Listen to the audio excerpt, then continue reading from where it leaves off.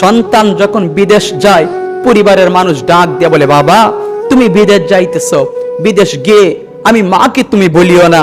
বাবা ডাক দিয়ে বলে, ও কলিজার টুকরা সন্তান, তোমাকে বিদেশ পাঠানোর জন্য আমি বাবা এত কষ্ট করেছি, কত জনের কাছে আমি বাবা টাকা এনে তোমাকে বিদেশ পাঠাইতেছি, তুমি বিদেশ যে আমি বাবাকে তুমি বলিও না।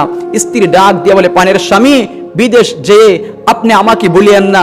এরকম ভাবে পরিবারের সবাই ডাক দিয়া বলে যে আপনি বিদেশ যাইতেছেন, বিদেশ যায় আপনি আমাদেরকে বলিয়েন না।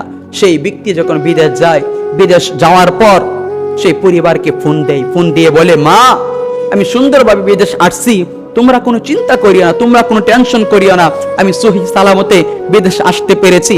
সেই ব্যক্তি পরিবারের লোককে জানিয়ে দিল যে আমি বিদেশ আসছি, তোমরা কোনো টেনশন করিও না। তো রব্বুল আলামিন ডাক দিয়ে বলে, বান্দা আমি রব্বুল আলামিনও তোমাকে দুনিয়াতে পাঠাইতেছি, তুমি দুনিয়াতে যাওয়ার পর আমি রব্বুল আলামিনকে বলিও না। ও বান্দা তুমি দুনিয়াতে যাওয়ার পর তোমার মা থাকবে, তোমার বাবা থাকবে, তোমার সন্তান থাকবে, তোমার বিবি থাকবে, তোমার পরিবার থাকবে, তোমার আত্মীয় স্বজন থাকবে। ও বান্দা তুমি তোমার পরিবারের মায়ায় পড়ে আমি রব্বুল আলামিনকে তুমি বলিও না। আমি রব্বুল আলামিন তোমাকে একমাত্র সৃষ্টি করেছি আমার ইবাদত করার জন্য। মনে রেখো বান্দা, আমি রব্বুল আলামিন তোমাকে একদিন না, 2 দিন না, 10 মাস 10 দিন সময় নিয়ে আমি আমার নিজ কুদরতি হাতে তোমাকে সৃষ্টি করেছি।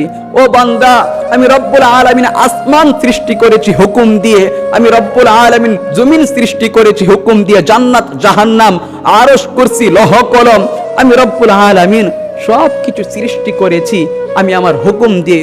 ও বান্দা তোমাকে আমি হুকুম দিয়ে সৃষ্টি করি নাই, তোমাকে আমি 10 মাস 10 দিন সময় নিয়ে আমি আমার নিজ কুদরতি হাতে সৃষ্টি করেছি একমাত্র আমার ইবাদত করার জন্য, একমাত্র আমার ইবাদত করার জন্য। আল্লাহ সুবহানাহু ওয়া তাআলা আমাকে আপনাকে সৃষ্টি করেছেন একমাত্র তার ইবাদত করার জন্য।